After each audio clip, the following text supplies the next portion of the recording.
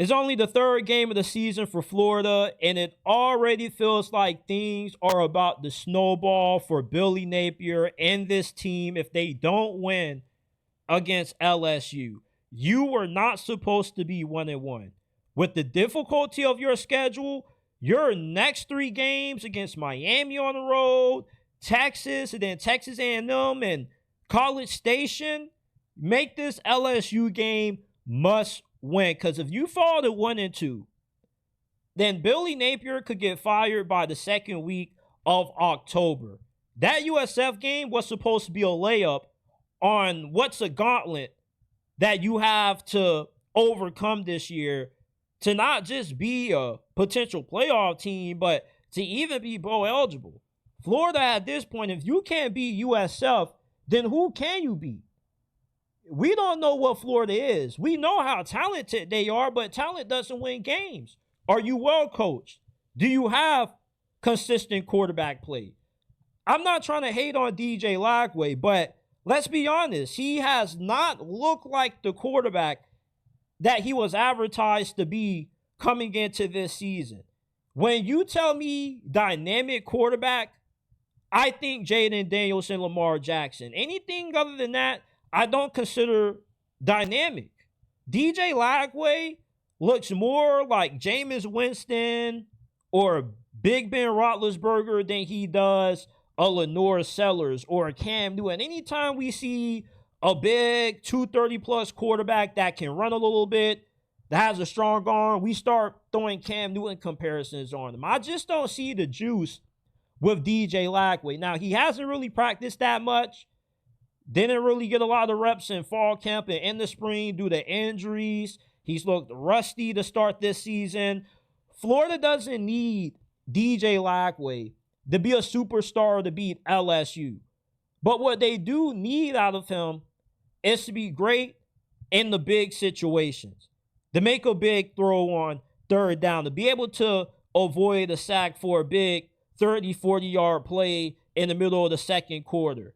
Can he come up clutch for them late in the fourth, during the final 2 moments, if this is a one-score game?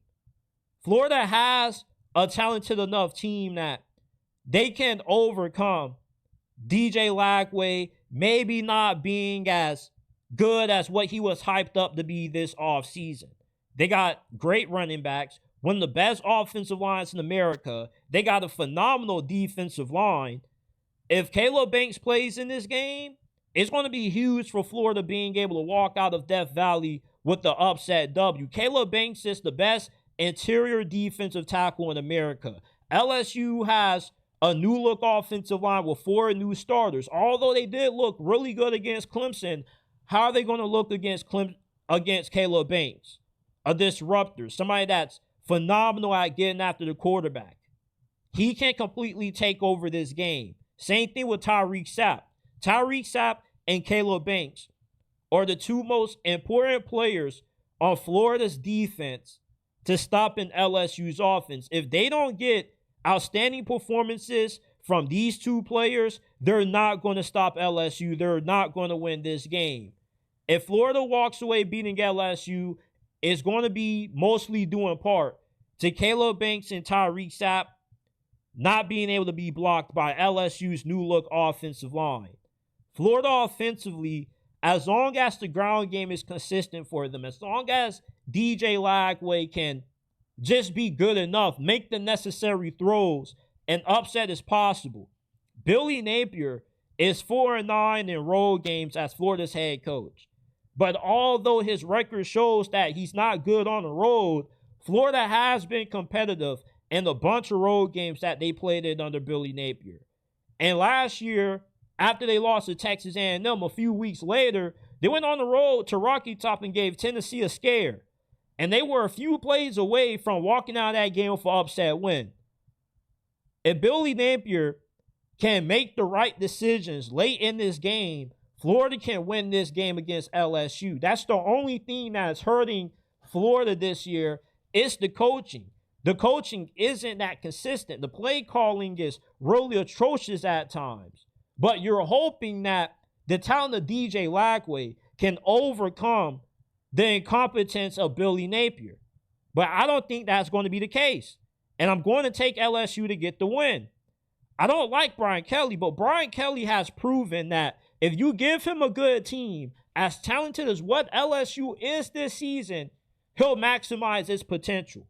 And I trust Brian Kelly more than I trust Billy Napier. This Florida LSU game is going to be close.